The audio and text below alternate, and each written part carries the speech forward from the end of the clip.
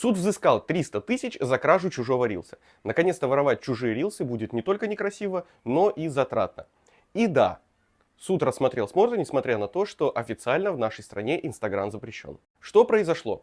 В июле 2023 года риэлтор записал рилс на определенную тему, а в сентябре обнаружил аналогичный рилс у своего коллеги на страничке. Когда риэлтор направил своему коллеге претензию с требованием удалить рилс со своей странички, чего тот, конечно же, не сделал.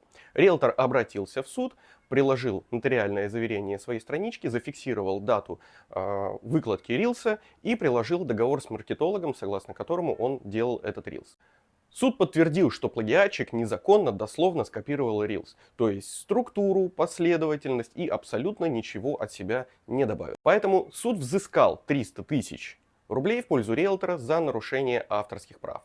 Поэтому теперь не плагиатим, не копируем, а придумываем что-то свое.